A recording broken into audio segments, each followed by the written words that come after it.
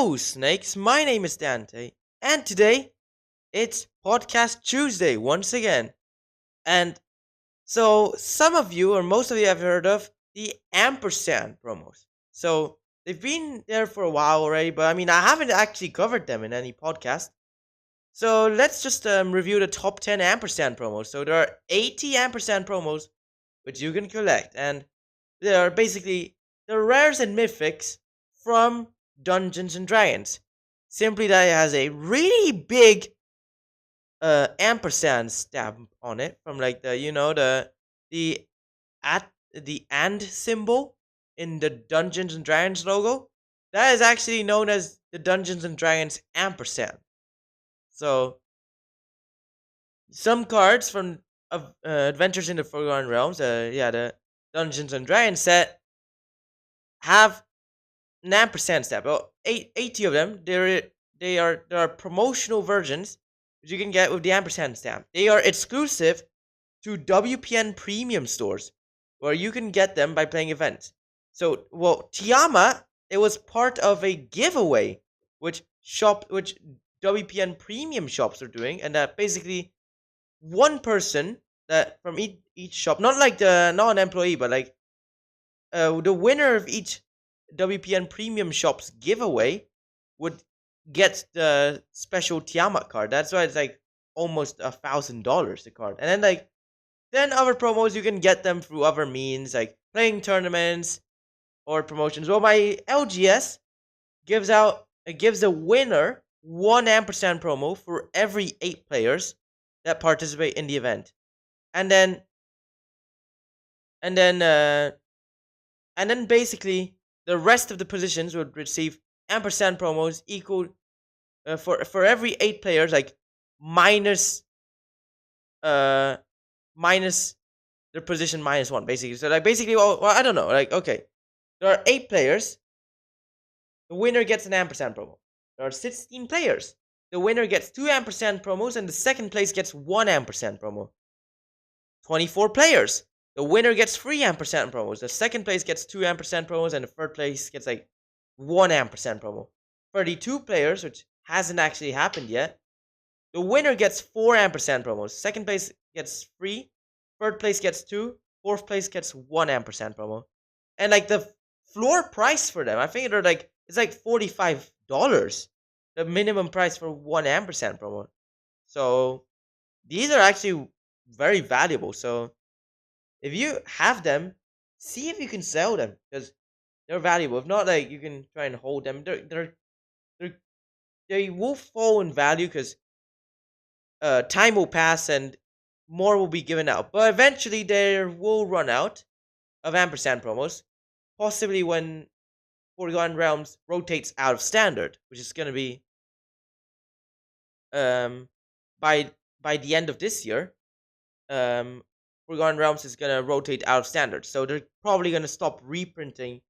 No, they're gonna stop producing Adventures in the Forgotten Realms cards because it's no longer in standard. So that's when the supply is gonna fall, and like, oh, they're gonna give all of them out, and that's it. No more ampersand promos are gonna be made, and yeah, they're gonna start being very rare eventually. So yeah, but it's gonna be like, what, by 2023 all of them are gonna get given out, I think. I don't know, 2023, 2024.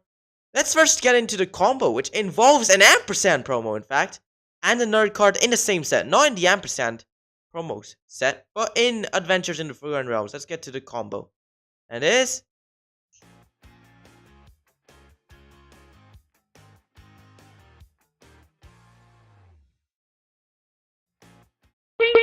Delina, Wild Mage, and Pitsy Guide.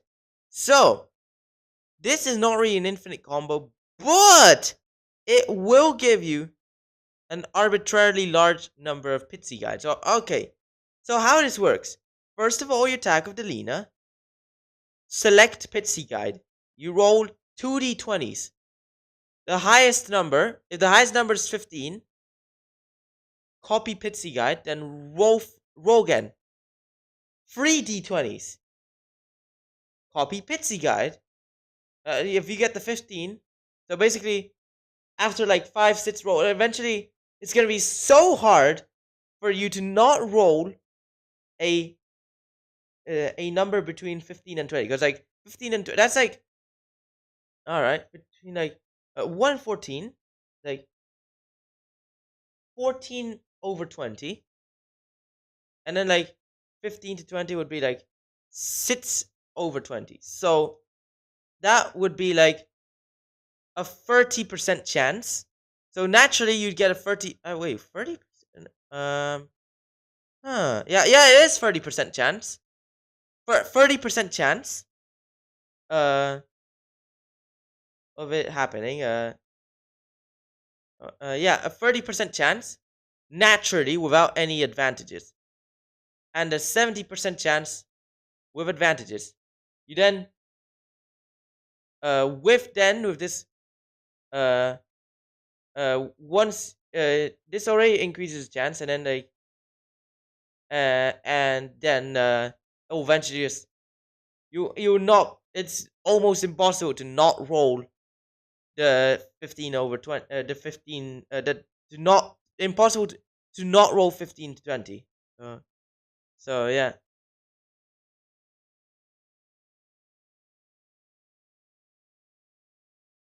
uh yeah.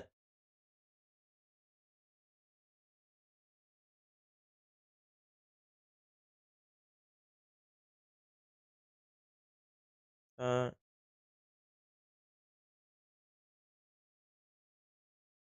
yeah, now let's go into the non-bow. So, and the non-bow is non-bow, oh there it is.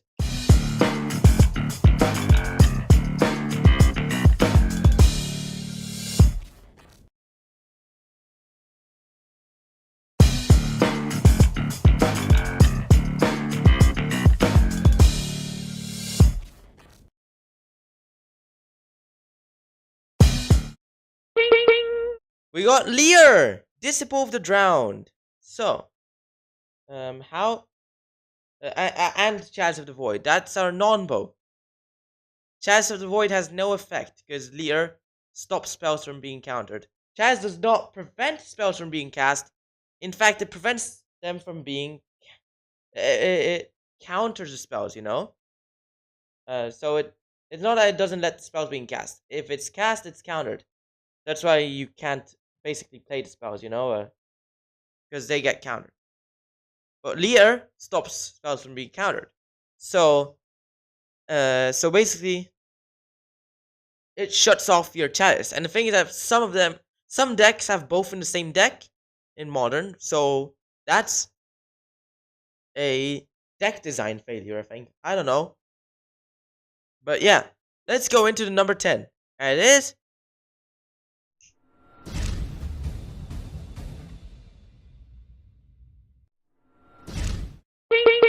Hobgoblin Bandit Lord.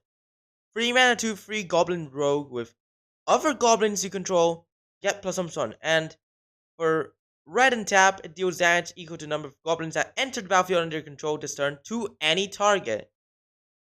This could combo with Conspicuous Snoop and Kiki Jiki. Well, like, you know that combo I mentioned, like it was a long time ago, but like it was like where Kiki Jiki combo, like you have like Conspicuous Snoop and Kiki Jiki on top of your library. You can infinitely copy Conspicuous Snoop, and then you do the combo last Conspicuous Snoop copy. Instead of copying itself, it copies Bogart Harbinger, changes the top card from Kiki Jiki to Sling Gang Commander, then sacrifice the Snoop copies and drain all your life points from your opponent. Well, this could be a replacement, or like, or not a replacement. Like instead of using Bogart Harbinger, you can actually use Hobgoblin Bandit Lord, and you don't actually have to change the top card into a Sling Gang Commander. So, yeah, like, and then you use Hobgoblin Bandit Lord and then one shot your opponent because for the infinite goblins that entered battlefield this turn. But Still, this is a Goblin Lord. I don't know why no one's playing Hobgoblin Bandit Lord. Like, they're playing only the Goblin War Chief and and uh, and then that other goblin. There's like one goblin that's like 3 mana 2/2 that makes your goblins cost 1 less and gives them haste. And then another goblin that's like 3 mana 2/2 and gives your other goblins +1/+1 and haste. So, but this one is like, it's a 2/3 that gives your other goblins +1/+1. No haste though, no cost reduction, but it can fling, or no, not fling. It will hit the opponent. Like it could be an alternative to Sting Gang Commander, Hobgoblin Bandit Lord. But then, or like it can shoot damage because you create goblins, and then like you can shoot damage. Like even casting Sling Gang Commander, that's 3 goblins that entered the battlefield this turn with 1 card. So yeah, like I don't see why this isn't played. But since this is not played, I'm putting this in number 10 slot. But if this was played, this could get higher slot. I'm just gonna tell you all about this card. Like it actually is good. Now let's go into number 9, simple 9, and it is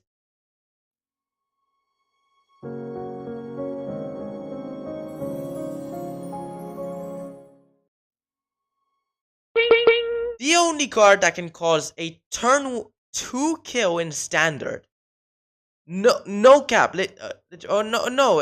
It actually got it got rotated. Never mind. But well, it was actually a card where you can turn 2 kill someone. Like if you could play turn 1 Minions of Mighty, then turn 2 give it infuriate twice, attack, pack tactics, terror of Mount Velis, I think it was called. Give all your creatures double strike this turn, and then like you can one shot the opponent, like deal 22 damage in a single turn, but on turn 2. So yeah, it was hard to respond to, especially if you're going second. It's hard to answer to the Minion of Mighty combo, and it's actually easy to pull off. You only need 4 cards and 2 lands. So, and then if you're going first, you're drawing 1 card. If you're going second, you're drawing 2 cards. Drawing 2 cards while you're going second, the opponent has more mana to answer, because they're gonna have 2 turns to answer. If you start, they're only gonna have 1 turn to answer, but you're only drawing 1 card. That's the thing. Still, this is actually really cool. And still can be played like in any dragon tribal deck, you know, like because you're just gonna put dragons down for free, because you just have like 1 dragon out, attack with it and a dragon. You bring in another dragon, and yeah, you just constantly just keep on bringing dragons for free. And this is a 1 mana creature and menace, so it's hard to kill it because they're gonna have to block it with 2 creatures, which allows the other creatures to go through as well. Let's go into the GoldenA, and it is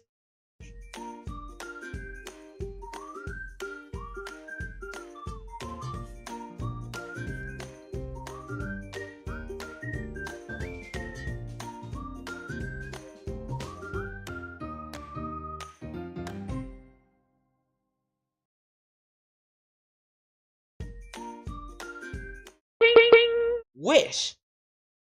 3 mana sorcery. You may play a card you own from outside the game this turn.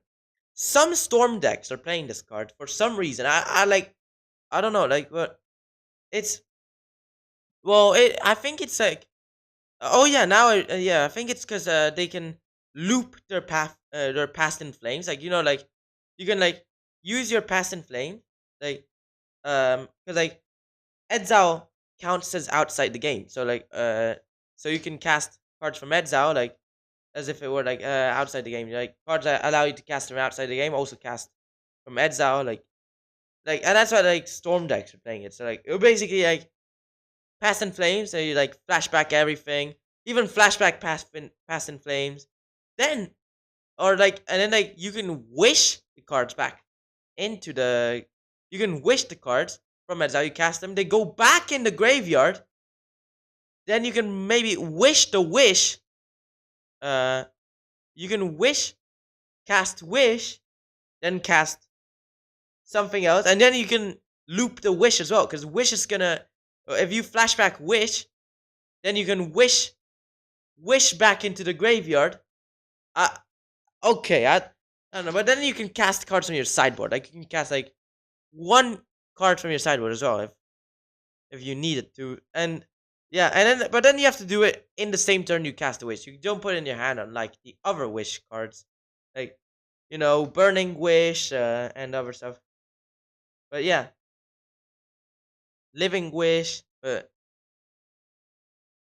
yeah, wish you have to like cast wish and then cast a card from outside the game or exile. So yeah, that's our number 8. Let's go into the simple 7, and it is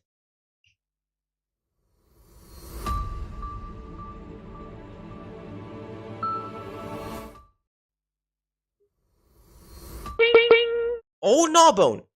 7 mana 7/7 legendary dragon with flying, and whenever a creature you control deals combat damage to player, create that many treasure tokens. Really good dragon, which constantly creates treasures as well for you, and yeah, it's really good. You know what's weird about those Ampersand promos? There are no Ampersand showcase cards. Like they should make it so that 1 in 6 Ampersand promos actually have like the showcase if the showcase variant exists. I don't know if that showcase variant exists or that because like each set has like its like own showcase. Like some cards have like showcase, or like some monsters have like a showcase version, like you know, and then like but then yeah, in the set like some monsters have like showcase variants, and then there are like but then lands have like dungeon module variants, and then planeswalkers have like the planeswalkers and dragons have alternate art variants. So yeah, I don't know why they don't have like dragons in like alternate art. Maybe the Chiamat giveaway card could have been alternate art. That would have been great. And then they'd have a regular Tiamat card you can get from your shop regularly. But then the alternate art Tiamat card could be the giveaway card, you know? Yeah, that's our number 7. We got the old Gnawbone. Number 6. And it is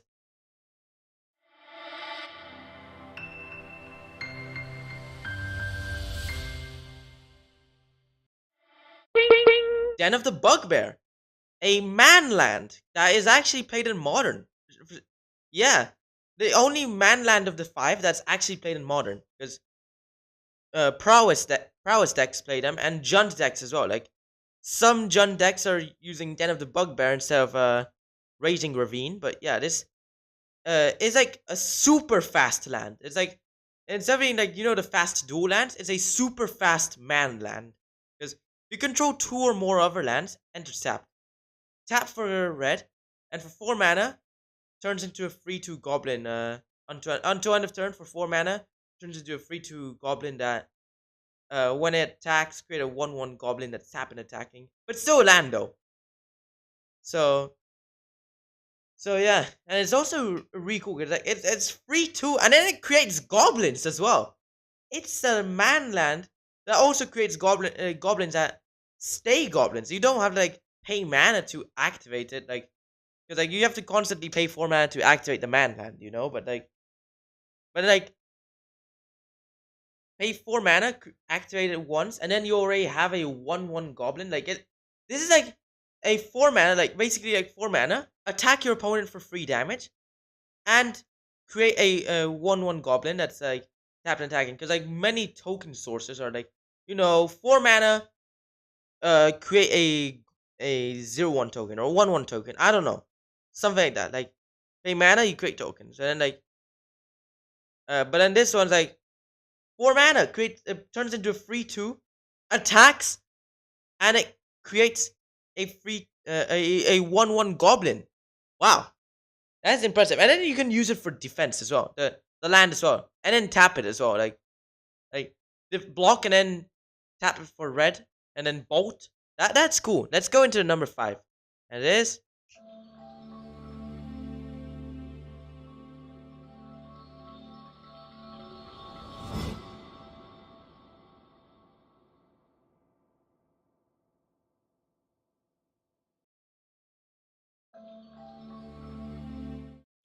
Hola, Ricardo. ¿Cómo estás? And our number 5, a Cerec the Arklet. I swear, there's so many cards in the D&D set that have infinite combos. So the I chose the Delina one because the Cerec one I'd done it before. I I didn't do the Hobgoblin one before, but I did a similar combo that a similar combo with that can be used without the Hobgoblin Bandit Lord, but slightly different. So anyways, like, but then the Cerec this combos with Rooftop Storm, because with Rooftop Storm you can literally just with Rooftop Storm you can use it, and then basically like you can cast your zombies for free, and like you use a Cerec, cast a Cerec, venture into a Dungeon of the Mad Mage, bounce. Then you can infinitely complete Dungeon of the Mad Mage and Lost Mine of Fendelver, like infinitely. You don't have to do Tomb of Annihilation. Ignore Tomb of Annihilation.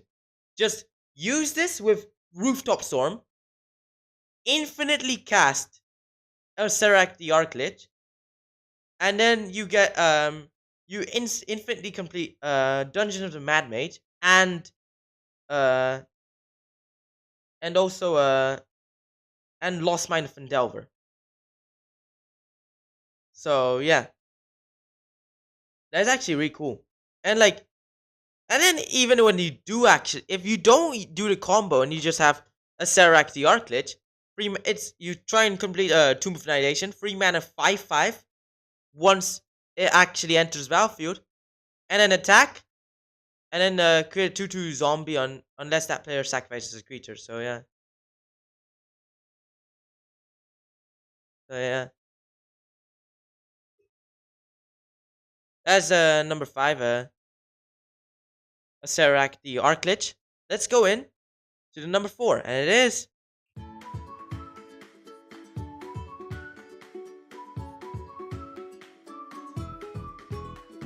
renderforce.com.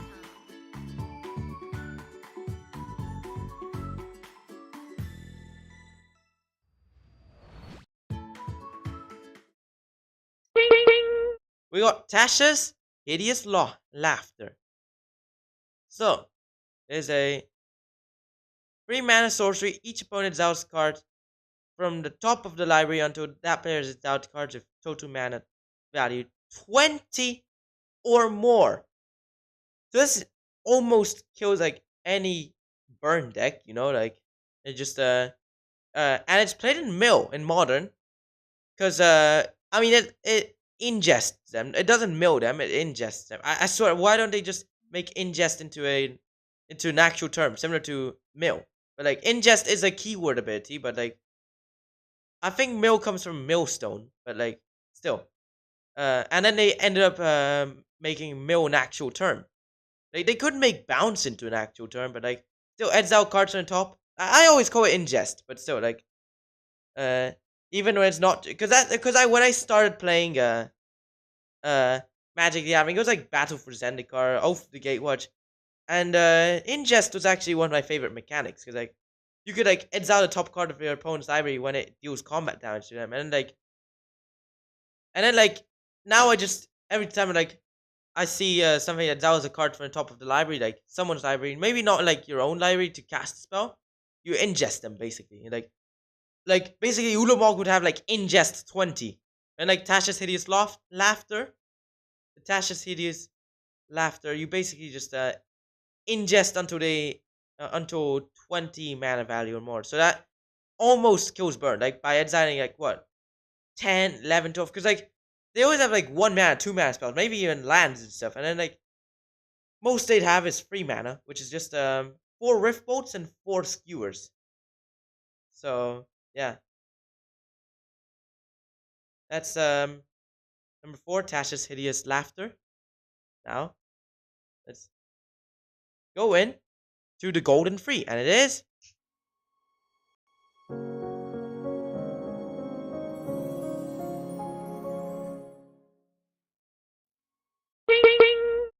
Demi-Lich.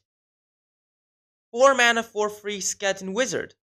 But it costs blue less to cast for each instant and sorcery spell you've cast this turn. It's 4 blue, but like for each instant sorcery spell you cast this turn, it's gonna cost 1 less blue. So it could you cast 4 instant sorceries, you can cast it for free. And like when it attacks, you can flashback. Oh no, adds out one of your instants or sorceries from your graveyard, and then you can copy it. Then you may cast a copy, but like you have to pay mana for it. And like same goes uh, like you can um basically yes, escape. Like it's a weird escape mechanic, but so it's legit escape. Escape 4 blue, and it's out 4 instants and sorceries from your graveyard. Because literally, it's escape. No, like they could have legit. They could have put escape on this card. Like escape, escape 4 mana, exile 4 instants and sorceries from your graveyard. Because I swear they could have but then like they'd have to like put reminder tests from the because like still like one, but it's like 1 year apart. Like still like they could have put escape on this card. Like like why not? I mean, I don't know if that's part of the theme of Demi-Ditch because I remember escape was like because they're escaping from Pharos, the underworld, and like so yeah. But still, does this card escape or does he just come back? Still, Demi-Lich. I like how it's like supposed to be like a lich, you know, like it's like and it's demi like well because they mana cost for lich is always like what 4 black 5 black. There's so many black symbols on on a lich card, so demi lich is like 4 blue symbols. So yeah, I like that reference. I don't know if that was intentional, but yeah, if it was, then that was a good reference. Let's go into the number 2. It is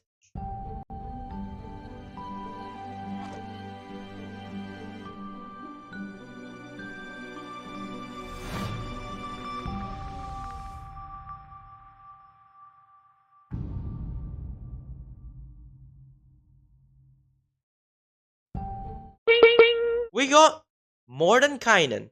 6 mana, 5 loyalty, legendary planeswalker Mordenkainen. +2. Draw 2 cards, then undraw a card. Yeah, you put a card from your hand on top of your library. No, never mind. Draw 2 cards, then put a card from your hand on the bottom of your library. So, uh, so when they add reverse miracles, that would be great to do it with Mordenkainen. You do like +2, draw 2 cards, put a reverse miracle on the bottom of your library, then like fetch land, reverse miracle. Yeah, that would be great. So like, I don't know if reverse miracle is actually gonna be an actual mechanic, and then if it is, then if reverse miracle is actually gonna be the name of it. 'Cause I remember they did actually reverse mentor by making a training mechanic in uh Innistrad Crimson Vow, but -2, you create a dog illusion with this creature's power and toughness is double marrow, which is basically twice the number of cards in your hand. If you're unaware of what marrow is, but yeah, like yeah. And then -10, exchange your hand and library, then shuffle. And then you get a new emblem of like you have no maximum hand size. So it's like you enter the infinite, but then what's left of your hand becomes your library. Like it's like the good part of like Jace the Mind Sculptor. 'Cause I remember like Jace the Mind Sculptor, -12, you exile your opponent's library, then they shuffle their hand in their library. So like, so basically you have like no cards left in their hand. Like yeah, you just like you run out of cards in your hand and like now have like and then what was part of your hand is now a library and the library you had is now exiled. Then like there's a inverter of truth. You exile your whole library, then like shuffle your graveyard into library. Mordenkainen, you switch your hand and library, then like and shuffle your library. Then like there's like uh flip bolus. You know the M19 bolus. You basically uh the -12. You like exile your opponent's library until they have like one card left. Like they exile everything but the bottom card, and then like uh and then there's like leveler where you enter the battlefield, you exile your whole library. But yeah, still this is actually cool. You just like you get a massive hand, like you, and then like so you can. It's like basically enter the infinite, but yeah, maybe a bit weaker than enter the infinite because instead of like drawing your whole library and then selecting one card to put on top, you're replacing your hand with your library. But then you can use it for the other way around. Maybe you're running out of cards in your library. Do the -10, switch it around. Boom. You just save your library, but lose your hand. This could be comboed with like omniscience, because then like you cast the remaining of your library, because like the rest of your hand could be lands. You know, let's go into number one, and it is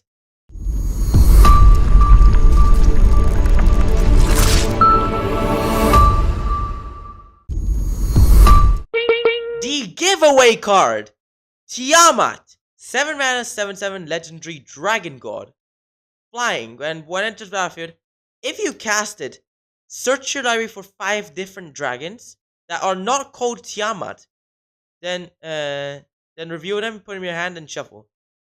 So yeah, that's like really cool. Like you get Tiamat out, then like you bring in your 5 best dragons. Like what? Like are you playing this in an Dragon deck? Cast Tiamat and get Okagachi, Skin of the Dragon, uh, uh, Oh Gnawbone. Oh yeah, Oh no, wait. Okagachi, Skin of the Dragon, Oh Gnawbone, Kyodai, and Flip Bolus. So yeah, that's gonna be like OP. And then like then the thing is that if with Dragon you can like place them down for free, or then like you combo this with an Omniscience, and then like you just yeah. But still, this is some people are playing Tiamat as a Dragon commander instead of Dragon, but this is better in an Dragon deck because Dragon's the best Dragon commander, honestly. Because even without having him out, your Dragons cost 1 less. So yeah. And the thing is, in case if you are unaware, this card, if you're like, where's the Tiamat? How you get the Tiamat? Like, if you're unaware, this card isn't actually a tournament prize card, or like, whatever. However, you know, however your shop gives away those ampersand promos, this card was given away from your LGS's shop giveaway. Like, you know, like if you're if WPN Premium Store, they like have like some promotion, or like in which you can enter a raffle or a giveaway, and like the winner would earn the Tiamat Ampersand promo. And that's legit the only way where you can get it. You have to be the lucky person to win it. And that's why many people have been selling their winnings to other people, and they're buying and selling it because of its rarity. Like, so like, because like I'm pretty sure like yeah, because that's actually a common thing between all shops, to actually give away the Tiamat promo as part of a promotion or a raffle or a giveaway. You know, like no, not promotion, as a raffle or a giveaway. You know, like give away the best player, like, or not prize tournament, like give away. Someone gets this card free, or like give away for every like 100 dirhams spent, or like for every $20 spent on your LGS counts as 1 raffle ticket, and then 1 ticket will be drawn at random. The winner gets Tiamat. Basically, that's like that could be an example of a Tiamat giveaway. But you'll never see a Tiamat giveaway at a tournament. Tiamat's only given away 1 time, like in December, as part of a raffle or a giveaway. But then there's the other ampersand promos are part of are part of the WPN premium cards. Shops can do whatever they want with them.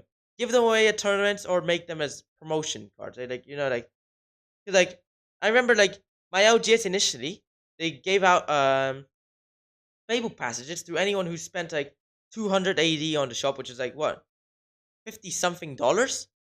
If you like buy like what three or four four MH2 set boosters, you would get the Fable passage time shifted version for free. Then like, but then the shop has been starting to give it away at to the top four players at modern events or events in general. Like like the winner. Like in general, you have to like choose from an F&M promo and you get it. Like no time. Even like if it's Friday, Saturday, or Sunday, you get like an F&M promo. And I at my LGS, but then the winner can choose to take either one of those or Sanctum Prelate or Fable Passage, and then the top four can choose from Fable Passage or one of the F&M promos.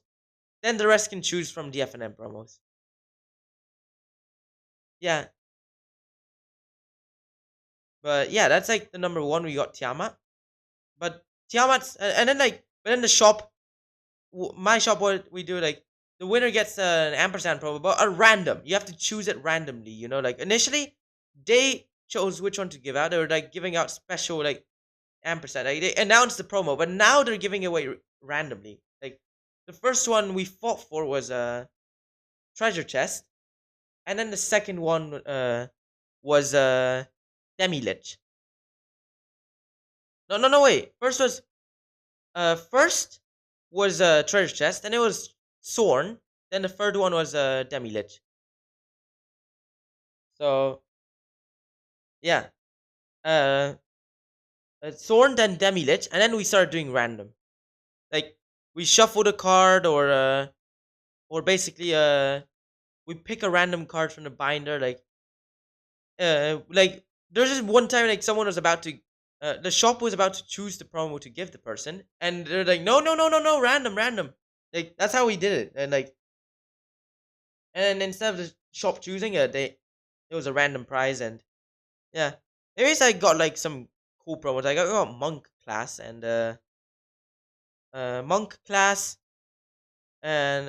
true polymorph, and I don't know what else. So congratulations, you've reached the end of the podcast. So why don't you like and subscribe and follow if you haven't already? Share with friends. Stay tuned to this video streams and podcast. Podcasts will be live every Tuesday at 6:30 p.m. CET. So stay tuned to them. Watch my other videos too. Thanks for watching. Hope you enjoyed it. And bye.